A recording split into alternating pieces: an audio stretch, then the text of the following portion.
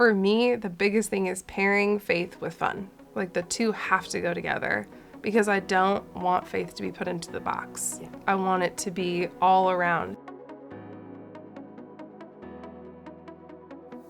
Today, I am so very excited to welcome a new friend of mine, Christina Watkins, to the show. Thank you so much for being here. Thank you for having me. I'm so honored to be here. Truly. Well, I'm so glad. And I am a new friend of yours, and actually that puts me in good company because you get about 10 or 15,000 new friends every month on your Instagram account. I love it. It's Raising Kind Babies, and it is blowing up. But for anybody who hasn't yet discovered you or met you, tell us just a little bit about your family. Okay. Well, my name is Christina. My husband's name is Blake. Both of us were youth pastors for quite some time, and now we are focusing on keeping our home, our ministry, with our two boys. We have Ezra, who will be 4 in March, and then we have Landon, who will be 2 in May. So we're busy. Oh, I love it. And they are little, 4 and 2. That is so great. Yeah. Well, and you are passionate about teaching them scripture, about prayer, about all things having to do with our faith. And where did that passion come from? You know, that's a good question. The passion really came from my own walk. I think it was birthed in me and just realizing the difference of walking with God and knowing His hand on my life. And I want that for my kids. And I want other kids to know that too, that there is no, you don't need to graduate to a certain point in your life to have that relationship with God. And I just think it's really important to kids to have that and for them to be able to have access and know how to reach that for themselves as well. I love that. And we don't have to get to that level. I meet a lot of moms who will tell me, I feel like I'm on the JV team. How do you get on the varsity team? And there's not that distinction. But speak to that mom who maybe doesn't feel equipped. Maybe she didn't grow up in a Christian home, doesn't have a strong church background, whatever it is. Where does somebody begin to teach their children about faith, especially if they don't feel like they have a great handle on it themselves? Yeah. I think for me, what I have really learned in my life and what I feel like God has poured into me is that I was assigned to the children that He created. And so moms, I believe, are assigned to the kids that God has created. They are His kids, but we are assigned to them. And what a blessing that is.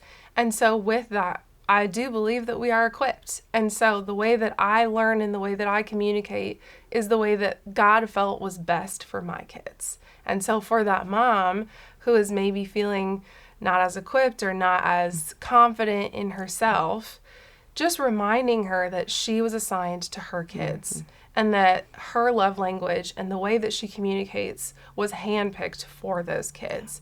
Regardless of how she came about becoming a mother to those kids, God knew and put that in His plans that those kids would learn from their best teacher, which is their mom, and the way that she teaches. Oh, I love that. The whole concept of being equipped by the Lord. It makes me think of 2 Corinthians 9, verse 8, one of my go-to verses, that God is able to make all grace abound to you, so that in all things, at all times, having all that we need, all you need, Mama, we can abound in every good work. We can thrive in our calling as moms with these kids who've been delightfully and wonderfully ordained to be ours. I love that. I love that. It's such a gift. It really, really is. Well, you mentioned you were a youth pastor, and I'm sure you have some good stories, but talk about the role of the parent versus the role of the church, because I do talk to a lot of parents who think, that's the church's job, to teach them faith, and I'll make sure they have their clothes on and get out the door. But what do you see, or what did you see as a youth pastor? Yeah, I think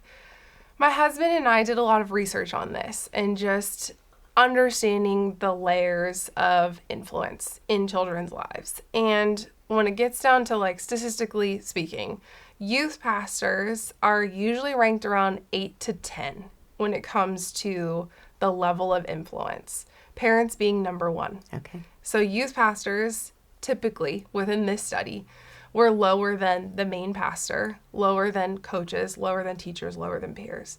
And so that really spoke to me of if we view youth pastors in the church as more of a tutor, where it's this is someone who's so helpful and such a great asset, and we can partner with them. But ultimately, we need that whole team. And the top of that team comes from the influence of our parents, because if we want them to have access to what we have, they have to see that in us and then be able to live that out through our example, because they are around us way more than they are around the church. Yeah. And I think that's so important. And that goes again to scripture, to Deuteronomy 6, where God doesn't assign that to the youth pastor, the children's vacation Bible school leader, any of that. He's saying, you, parents, I want you to talk about my commands when you go out, when you lie down, when you get up. My kids used to look at me and be like, again, Mom? And I'm like, yeah, God says all the time. All the time, yeah. So, exactly. Yeah. Well, for every parent who maybe thinks, okay, it's the church's job, not mine, there's another parent who's thinking, I don't need the church. But I know you think strongly about that. Like, what do you see the role of actually being involved in a local church? Yeah. I mean, it's funny because it does play such an important part as well, where it's I just think about how, like, where 2 or 3 are gathered in his name, we know that he is there in their midst. And so if we are around more people and are allowing our children to see more people and seeing what community looks like under the umbrella of faith, I think that that's invaluable. And just allowing our children to see, like, oh, wow, my friends' parents are also talking about this. My friends are also singing these songs. This can be my community. This can be my life. And just seeing that togetherness, I think, is so unique and so special that the church has that and has that ability.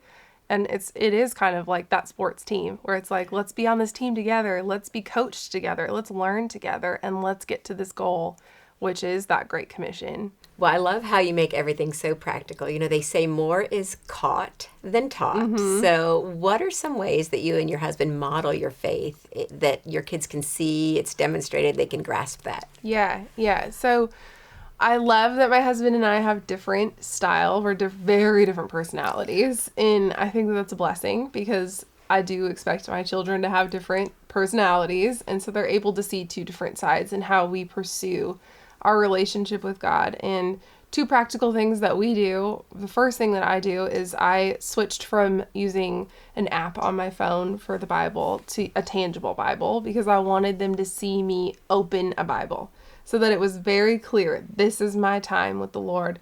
And maybe, if they see me on my phone, I could be scrolling on Instagram. I could be ordering something on Amazon. But when my Bible is open, there is no question. There is the definite pursuit of God, and they're able to see that.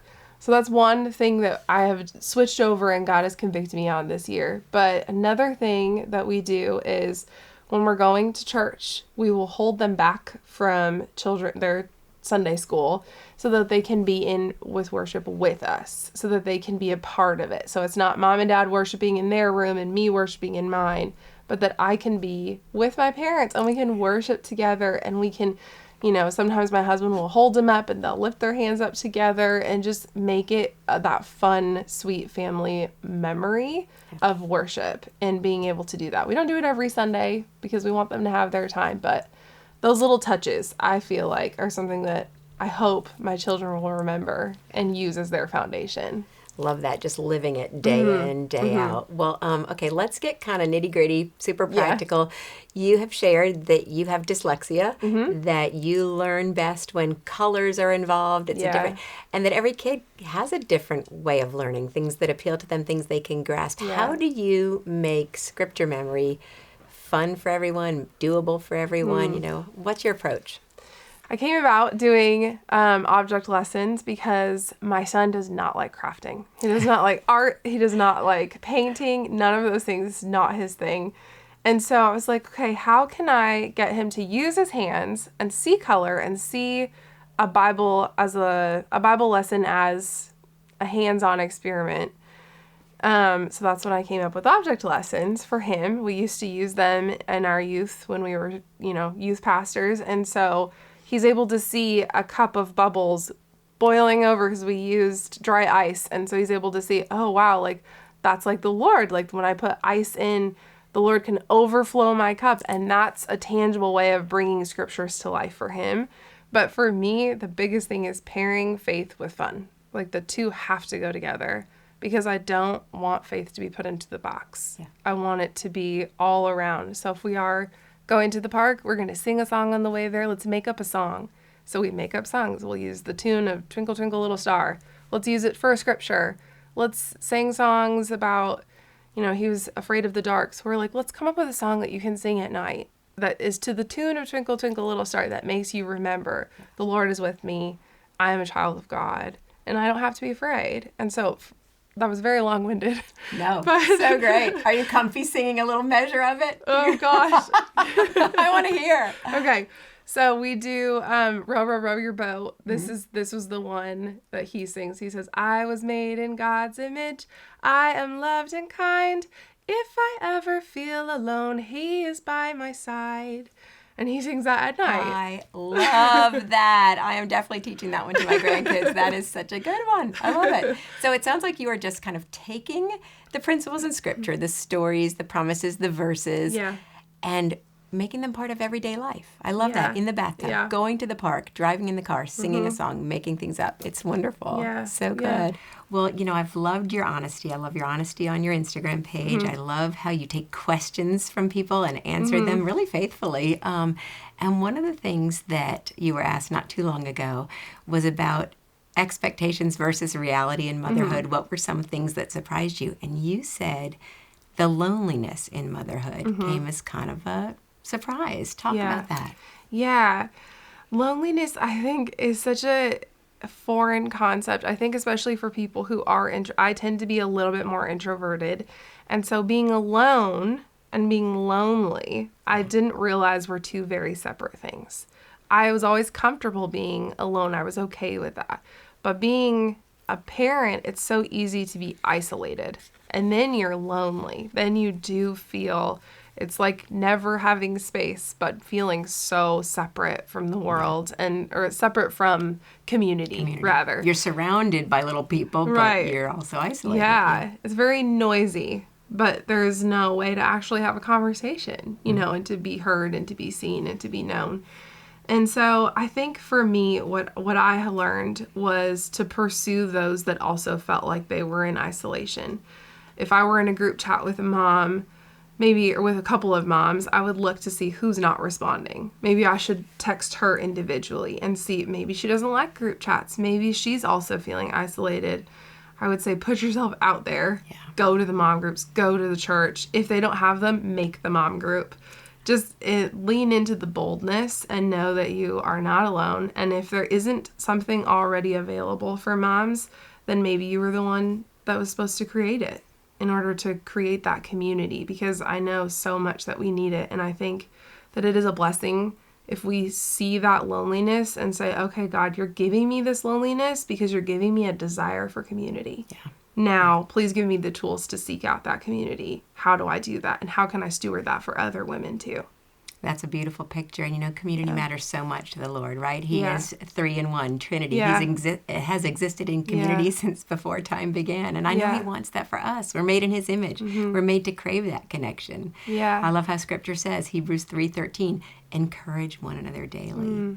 And we need to do that for each other. And I just thank you so much for being such an encouragement and such a light in all the ways that you just come alongside other mothers and you pour into us with that, you got this, Mama. So thank you for that. Thank you. Thank you so much. I'm so honored. Thank you. Well, in the description below, you will find a link to some of my favorite prayers, things that we have chosen specifically about some of the topics we have talked about on this show. So click that link. Pray with us and know that you are not alone. We want to come alongside one another, to encourage one another daily. Find a mom to reach out to today. Just say, you got this, Mom, because we are all in this together, the highs and the lows. That's all part of mom life.